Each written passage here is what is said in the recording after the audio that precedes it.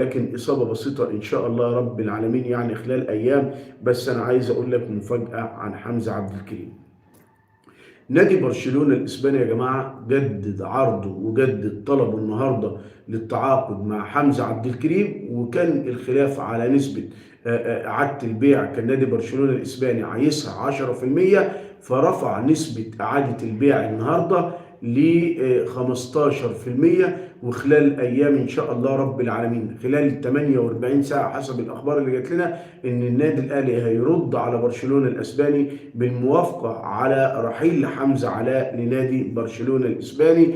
إذا خلال 48 ساعة بنسبة كبيرة جدا هنشوف حمزة عبد الكريم لاعبا في نادي برشلونة الإسباني. نادي برشلونة النهاردة رفع نسبة إعادة البيع من 10% ل 15%، وخلال 48 ساعة هيتم الإعلان إن شاء الله رب العالمين